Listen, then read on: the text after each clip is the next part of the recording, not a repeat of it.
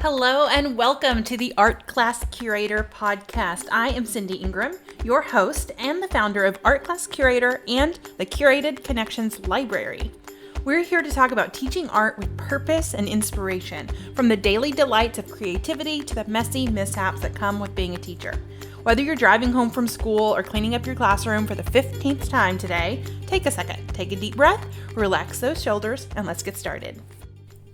Hello, everybody. This is Cindy Ingram from Art Class Curator, and I am excited to welcome you back to our free course that we're running this week called Beyond the Surface, How to Get Your Students to Dive Deeper into a Work of Art. We are on day 3. So on day 1, we talked a lot about the barriers that keep you from showing more art to your students, whether it's time or whether it is worrying about student engagement, and really connecting to your purpose on why you want to do this in the first place. And on day 2, we discussed leading an art discussion. We talked about why you would want to do that in the first place, as well as what to say, the 3 visual thinking strategies questions, as well as other things like keeping the questions open-ended and making personal connections and things like that. And then today we're going to talk all about art discussion, not just what to say, but how to paraphrase, how to embrace the awkward, how to move around the room, how to show enthusiasm, all of that kind of stuff. If you are not yet signed up for Beyond the Surface, make sure you're getting the emails by signing up at artclasscurator.com/surface. And we've already started, so you will get in your first email, you will get links to the lessons that you have missed. Now, if you're listening to this at a later date, still go on to Beyond the Surface at artclasscurator.com/surface, and you can still access the content that you've missed. So no worries there if you're listening to this in the distant future or near future. So we've covered the reasons for leading art discussions and incorporating works of art into your curriculum, but I want to think about, one particular art discussion. What is the goal of that lesson? So you want it to be really engaging for the students. You want them to find it fun and interesting and exciting. You want to feel comfortable and confident and satisfied with the lesson. You want to be excited at the end of it rather than exhausted. You want your students to remember it. You want your students to make those exciting connections. So at the end of the day, what we want is to give our students more time with the artwork. Our goal is to keep them looking at the artwork, keep them thinking about the artwork, give them time to really explore, and then let them own the experience. This is time in your classroom where you can breathe a little. You can allow the discussion to take as much time as you want it to take. There's nothing to rush through. There's nothing to cover. There is just you, your students, and the artwork, and really let that experience be whatever it's going to be. So we at Art Class Curator know that it's not just about what you say, though what you say is really important to cover, but we actually have a curated conversations method, and it has 4 pillars to a fun and engaging art discussion. So your first pillar is questioning, which we covered yesterday. But the other 4 are movement, connection, and attitude. And so we're going to go through those pieces today. So our first pillar that we're going to cover outside of questioning is connection. And we love the word connection at Art Class Curator. We're using connection for everything, but it really is such an important thing. And the role of the teacher in connection is to connect with your students, connect with what they have to say, and to give that space for those connections to happen. So after you have asked your question, so what's going on here? What do you see that makes you say that? Or any of the other open-ended questions that you might ask, your job is to paraphrase and connect. So when the student responds to your question, they give an answer, And then your role is then to repeat the answer, paraphrase what they said. So so that the rest of the class can hear, because often it'll be quiet, not everyone can hear it.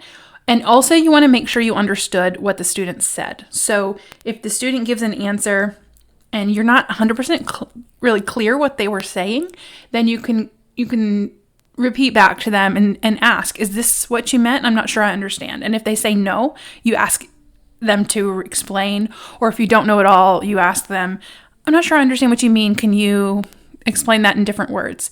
And I think that's really important because it's going to create that safe classroom culture. It's going to make the student understand that what they say matters to you, it matters to the group, and what they say is not just going to get brushed off.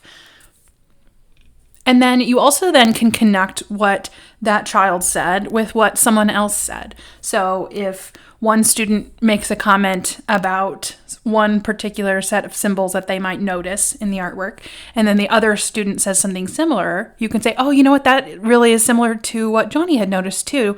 And then, stuff like that. So you're building those connections, you're pointing out where those connections exist. So it helps the student really follow the discussion and hear it and stay engaged in the discussion. You also want to make sure that you stay interested in what they have to say, that you're treating the ideas and insights and interpretations of the students as if it is really fascinating to you, as you're really curious to hear their thoughts, that what they say is just as important as what any other student says, and, get excited by it. If they say something you've never heard before, get ramped up, show that enthusiasm and show your students that it's fun to talk about art, and you can do that through really showing interest in what they have to say. You also want to make sure you're giving them adequate time to answer your questions. If they don't immediately answer the question, don't worry about that. Don't think they're not interested. Don't think they don't have anything to say. Just give them a little bit more time. Sometimes they just need a minute to process, need a minute to let the pieces come together in their heads.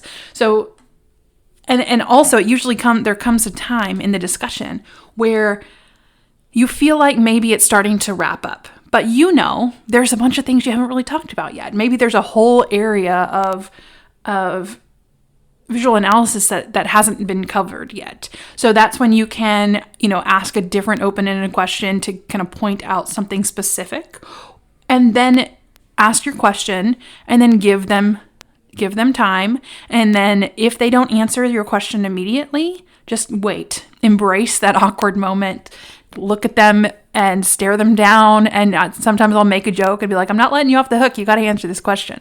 Embrace those awkward moments, because chances are the discussion is going to have a second wind. You just need to give it the space and allow that to happen naturally. So those are your things that you do in the connection piece. And then our next pillar of curated conversations is movement. So what you want to do is move around the classroom. And you do this for several different reasons. So the first being, you want to make sure that the kids in the back are just as engaged as the kids in the front.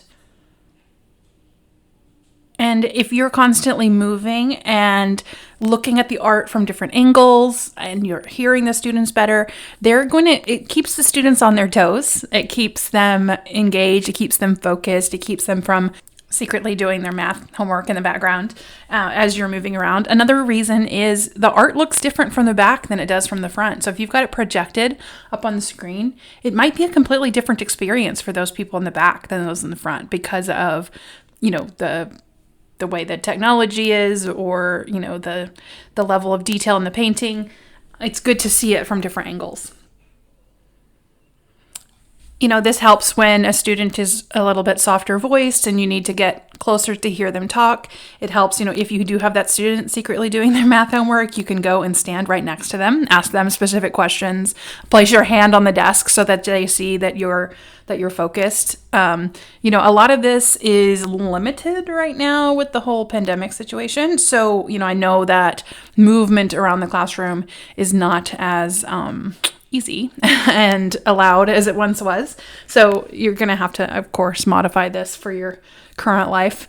But, moving around the classroom will help keep the energy up in the discussion. You also want to make a lot of eye contact with your students, and this allows you to make sure that each student is engaged and you're not just engaging with the ones who are the most enthusiastic about answering, that, you're asking a question and you're looking straight into the eyes of one of your quieter students. It's going to help them be seen, but it's also going to encourage them to speak up. That will help with the engagement as well, that you're not just focusing on those kids who are the most talkative. And our last pillar is your attitude. So we want you to show your enthusiasm and model curiosity. So you want to show your students that this is just as much fun for you as it can be for them.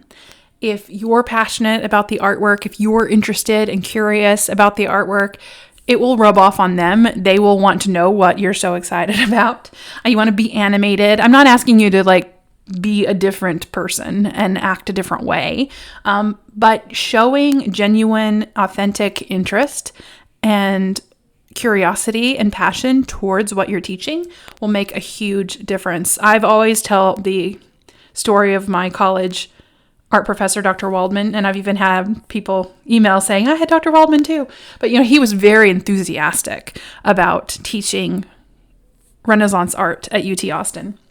He would get up on the table and flail, talk with his hands. He would get really energized and excited. And it was such a joy to be a part of his class because you felt like you're learning from someone who truly cares about what he was teaching. He truly cared about the students. It really rubbed off. And so that is something that I always try to encourage when talking about works of art, is you want to show students that it's fun. And if you're acting like it's boring, if you're acting like it's a chore, that will also cause your students to feel the same way. You want to be delighted with what they say. So if a student says something that you've never heard before, just really relish in that and celebrate that. Celebrate great ideas and just have fun with it. And, it's such a great thing that you don't have to worry. There's no information the students need to get. There's no skill that you're teaching them here specifically. There's no, it's just a free experience to explore the artwork. And at the end of the day, the process of the discussion, the process of thinking and communicating and collaborating and exploring, that is the goal. So if you're doing that and you're having fun doing that, that is all that matters in the end. Just really allow it to be easy and allow it to be fun. So I get a lot of questions about, okay, well, what about the shy student? What about the really talkative student? What about the distracted student? What about the controversial student who likes to push your buttons? What about those students? Well, I think that the number one way to prevent disengagement in the lesson is to choose a really interesting work of art. So that's what we're going to cover tomorrow in your Beyond the Surface lesson. And day 4, we're going to talk about choosing and finding the best work of art for your students. But the rest of your students can be addressed with those pillars from the Curated Conversations method. But I'm going to cover a few tips for these situations. So we have your introverts and your shy students, the ones who are not likely to participate. And I am an introvert myself, also pretty shy in groups especially. So I don't ever require that a student says something in the discussion. But I do want to make sure they are engaged. They are required to be engaged, but they aren't necessarily required to have to say something. And you can tell their engagement through the movement around the room. You can tell their engagement through your eye contact and things like that. You can tell if a student's into it. You can tell they're looking at it. You can tell they're listening to other ideas. They laugh when when things are funny, you can just tell if they're engaged. Another strategy for those students is to have a writing component. So maybe before the discussion begins, you have them write in their sketchbooks or on a bell ringer warm-up slip or something like that, where they get to share their thoughts and think through the artwork before the discussion begins. That way they've thought it through, they have an answer, and so you can call on them to share. A lot of teachers will do like the popsicle stick method, where you have all the names and you pull names out of a jar. And I have found, that is not a strategy that I prefer. I don't like that, because I think it maybe could stifle discussion a little bit. It doesn't follow the flow. But that is when you do have those sort of lulls, that might come in handy for you. It kind of depends on the class. If you have a rowdier class, if they're one of your hard classes, you might have to, be a little bit more strict with how you do it. And it might be different for every class, if you use those sorts of methods or not. You also have your class clown, the one who's going to make all the jokes. And in the same realm, you've got your button pusher, the one who's going to say shocking things, who's going to call the two Fridas lesbians, or they're going to say something that they're trying to push your buttons, or they're trying to get a laugh out of the other students. And my strategy for those students is to treat their answer as if it's real, and as if it's a something they truly wanted to say about the artwork. And so I'll treat it like the others. I'll paraphrase it. I'll ask, what do you see that makes you say that? If they see that you're just treating it normally, and they're not getting a rise out of the teacher, that you don't enter that sort of power struggle, it kind of settles them down a little bit. You can also deliberately not call on them if they continue to do that sort of stuff. And that is true for your student. I don't think that student has a particular name, but the one that has all the things to say about the artwork. When you call on them, they're like, I have 5 things. And then they get up to the front of the room and they stand with the artwork and they point at all the things. So you can say, oh, I love that you have 5 things. Can you share your most important one that you want to share? And then we'll talk about that. And then they can share their other 5 things later. So they're not monopolizing the discussion. I also do the tactic of, if you've got that one student who's constantly raising their hand, if they've got their hand raised and no one else does, you'll say, let's hear from someone we have not heard from yet. And then wait for someone else to raise their hand. So you kind of have to curate the discussion in that way. So it minimizes it's just being a conversation between you and the ones that like to talk a lot, and make sure it's between you and the entire class, and the entire class between themselves. So those are some of my tips for leading an art discussion. It's definitely an art, I think, and it's definitely something you get better at through time. It might be a little bit awkward when you start, but if you keep at it and you keep choosing really interesting works of art, you're going to find that your students really do have a great time with these discussions, and you will too. I get such a fabulous burst of energy from a good, fun art discussion. All right, so those are my tips on leading an art discussion. And now your homework is to do it. Get in your classroom, pick an interesting work of art, and talk about it. Pick one class that maybe is your best class, the one that's the most well-behaved, or go ahead and do it with all of your classes. But pick one artwork, try it out. Give it 15 minutes, give it 20 minutes, and really see for yourself what exciting things can happen in your classroom from this discussion. Now, if you need help finding a great work of art, check out the email for today, which was called Curating the Conversation, helping your students get all in on the art discussion. In that email, we have a list of Art Class Curator blog posts for some really good artworks to discuss.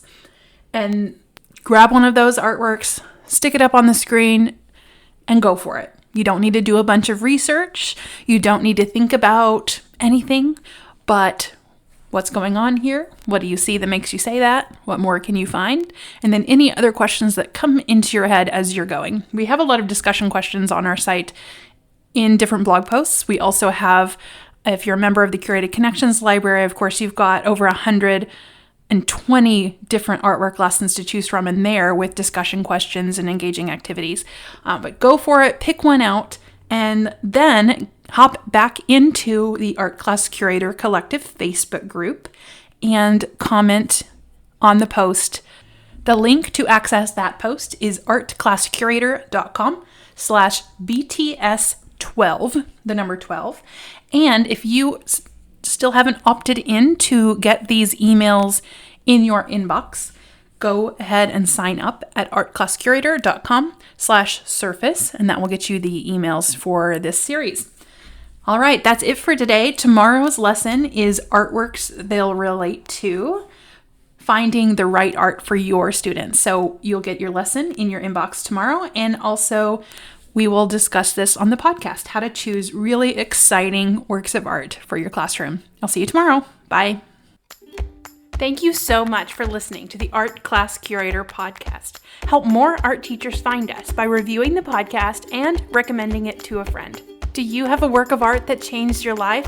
If so, send me your art story. You can send it to support@artclasscurator.com or leave a voicemail to 202-996-7972. Get more inspiration for teaching art with purpose by subscribing to our newsletter, Your Weekly Art Break. Recent topics include how to support English language learners, why we should teach artworks from Black artists even if it isn't February, and how to deal with teacher burnout. Subscribe at artclasscurator.com/artbreak to receive 6 free art appreciation worksheets. Today's art quote comes from Rainbow Rowell, and she says, "Art wasn't supposed to look nice. It was supposed to make you feel something." Thank you so much for listening. Have a great day.